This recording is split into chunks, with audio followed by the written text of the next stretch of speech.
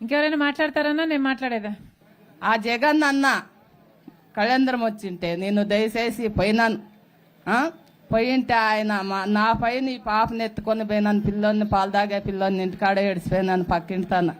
ఆ జగన్ అన్న మహా తండ్రి నన్ను పలకరించి నా నెత్తి మీద చేయబెట్టి, ఏమమ్మా తెల్లి నీ పరిస్థితి అని అడిగినాడు. నా పరిస్థితి అంతా చెప్పినాను. అప్పటికప్పటికే 2 లక్షలు చెక్ ఇచ్చినాడు. నా కొడుకు నా కోళ్ళకి హాస్పిటల్లో నా చూపించిన దానికి 4 లక్షలు అప్పు చేసినాను. తిరుపతిలో ఒక శవము పోయింది, ఇది కర్నూలులో ఒక శవం పోయింది. అదంతా బాధ్యత. అప్పు ఇట్లా వెళ్తాను అందరితో నా చేయి జాపి కొంగు జాపి నేను ఏడుకొని ఇప్పించుకొని ఇండే బాకి చల్లిస్తున్నాను. ఇప్పుడు నాకు బతకటానికి ఏమీ లేదు. నాకు పనికి పోయేకి చేత కాదు. కరువు పనీరు అదైతే కొంచెం చేసి రావచ్చు. మాకు అడిగావమ్మా? కరువు పని అడిగావా?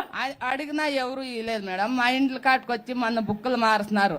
అవి ఇప్పుడు సర్వేర్ పని చేయలేదు. నా బుక్ పోతానే సర్వేర్ పని చేయలేదు. అంతకు మునుపు అవి ఇందుకోరు చేసేవన్నీ సర్వేర్ అయినాయి. నేను అడిగినాను, మా బుక్క సర్వేర్ చేయండి మేము వస్తాము అని. అయినా మాకు ఇవ్వలేదు. మా బుక్ ఎవడో మూలకు పారేసినారు.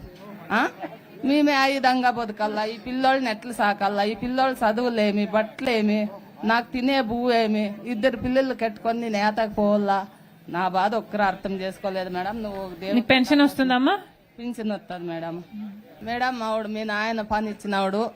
నా మొగుడు చనిపోయినా కానీ, ఒంటరి మహిళ అయినా కానీ, నా కూతురా నేను 2 పైన కానీ మాకి బాగలేకోకుండా నీళ్లు సఫల అంతా చేసినారు. ఈ ప్రభుత్వం వచ్చిన ఒకటి నుండి ఈ పాపకి తల్లిదండ్రులు 2 లేరు. ఇంకా ఒక చిన్న పిల్లడు ఉన్నాడు. అయితే ఆయన భవిష్యత్తు ఎట్లా ఏం కథ, ఒంటరి మహిళ కదా, ఆయన కండు దండ ఎవరుంటారు ఏం కథ అని పార్టీ తరఫున వద్దులే, ఎవరు కానీ సైబొట్లే, ఎవరు కానీ మా పరిస్థితి అర్థం చేసుకోలే.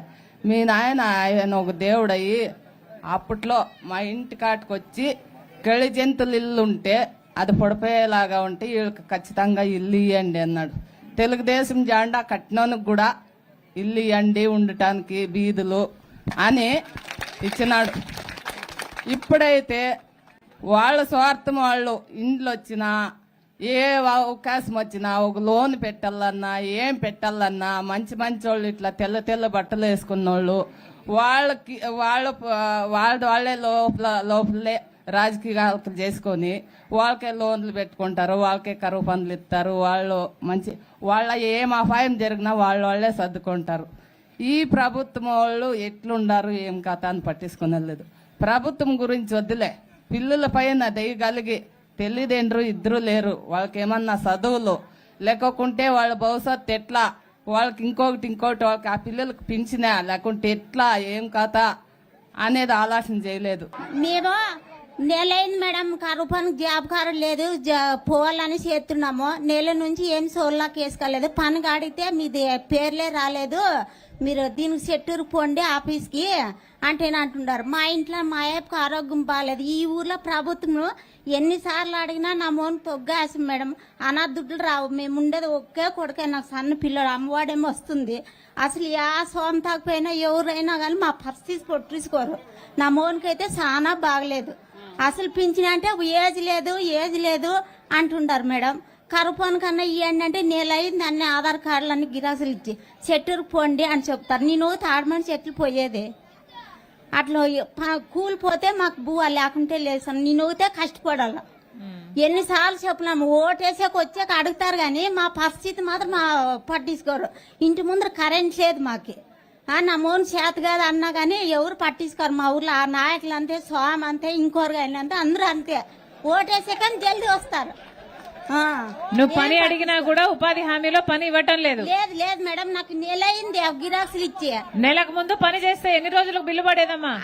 నాకు జాబ్ కార్డే లేదు మేడం, నాకు జాబ్ కార్డే లేదు. జాబ్ కార్డే ఇవ్వలేదు. ఎన్నిసార్లు అడిగినా చేస్తాం అంటారు కానీ ఈ జనవరికి ఇంటే ముందే ఇచ్చిన నేను. ఈసారి అన్నా పనికి పోదామని ఈ లేదు, ఆ పేరు లేకలేదు, నువ్వే పో అంటుండారు. నిన్న మన కూడా ఉన్న జాబ్ కార్డులే తీసేస్తున్నారు తల్లి, తీసేస్తున్నారు. కొత్త జాబ్ కార్డులు ఇచ్చే మనసు వీళ్ళకి లేదు. లేదు నేను ఫీల్డ్ ఆఫీసర్ తా పోయింటే షెడ్యూర్ నువ్వే పో అన్నారు చెప్తున్నారు. దానికి నాకు నా కొడుకు బాగలేక నేను పోలేదు మేడం. ఇంకెవరైనా మాట్లాడతారన్నా? ఎవరైనా యూత్ ఎవరైనా మాట్లాడతారమ్మా? ఉద్యోగాలు రాని వాళ్ళు డిగ్రీలు పీజీలు చదివి పెద్దయ్య చెప్పండి. మేము కరువు పనికి పోతాం. మాది బోరంపల్లి మేడం, కళ్యాణదుర్గం మండలం బోరంపల్లి గ్రామం. అక్కడ మేమైతే కరువు పనికి పోతున్నాము. ఒక 3-4 బిల్లులు పర్లేదు, పోయిన సంవత్సరమే పర్లేదు. వాటిని ఇంకా ఈ సంవత్సరం కరువు పని అడిగినాము. కరువు పని అడిగితే కరువు పని ఇంకా లేదు లేదు అంటున్నారు. వాళ్ళకి తెలిసిన వాళ్ళకి మాత్రమే ఉండదు అని అంటే లోపలే చూపించుకొని పోతున్నారు వాళ్ళు. మిగతా వాళ్ళందరికీ ఏది లేదు. ఏమంటే వాళ్ళు కరువు పని గుంతు చూసుకుంటారు పోతున్నారు. మీరు ఏడన్నా చూసుకోండి, గుంత మీకే ఇస్తాము, పనులు చూసుకోండి మీరు, మీకు ఇస్తాము. మీ యూత్లకి అవతలకైతే వాళ్ళే పనులు చూపిస్తారు.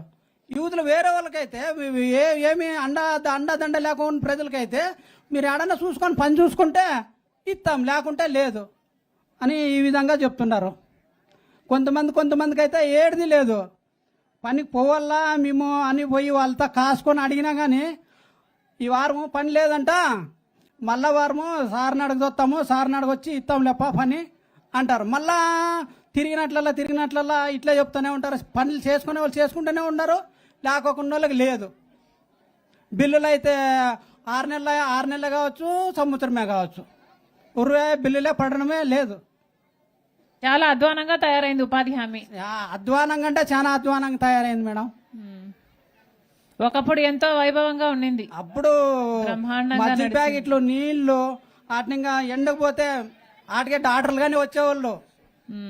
మందులు తీసుకోండి అని వీళ్ళు ఆయాలు వాళ్ళు ఉంటారు కదా, వాళ్ళు వచ్చేవాళ్ళు అక్కడికే. ఏమన్నా బాగాలేకుండా ఉంటే టాబ్లెట్లు తీసుకొని. అప్పుడు రాజశేఖర రెడ్డి సార్ ఉన్నప్పుడు ఒక మనిషిని నీళ్ళు ఎత్తుకొచ్చాక పెడుతుంటారు. ఎండాకాలం అంతా నీళ్లు లేవు అంటే నీళ్ళు ఎత్తుకొచ్చాకే పెడుతుంటారు ఒక మనిషిని. ఇప్పుడు కనీసం నీళ్ళు ఇస్తున్నారా? నీళ్లు వాళ్ళు పనికి పోయినారా లేదా, 12 ఒకసారి పోయి అట్లా చూసుకొని అట్లా రౌండ్ వేసుకుని వస్తాంలే అని అంటారు. ఇంక మళ్ళా మేము పోతాం, ఫోన్ చేసి మేము టైం అయింది అంటే ఏం టైం అయింది, అప్పుడే టైం అయిందా, ఏమ్రా ఇంకా టైం కాలేదు, ఏం కాదు. వాళ్ళు లేదా పోతారు, ఇట్లా చూసుకుంటారు, అద్దె వస్తారు. మేము పొగలల్లో కష్టపడినా కానీ ఇంకా టైం కాలేదు, ఏం అంతపడని వచ్చినారు మీరు, టైం అయింది మీకేమన్నా. మళ్ళీ అవతల వచ్చినారు కదా, అవతల వచ్చినారంటే వాళ్ళు ఏడుదా పని ఉండదని వచ్చినారులే, పోయి మీకు ఎలా పని చేయను అన్నమాట. ఇది చాలా అన్యాయం, చాలా అన్యాయంగా జరుగుతోంది పని. చాలా అన్యాయం జరుగుతుంది మేడం.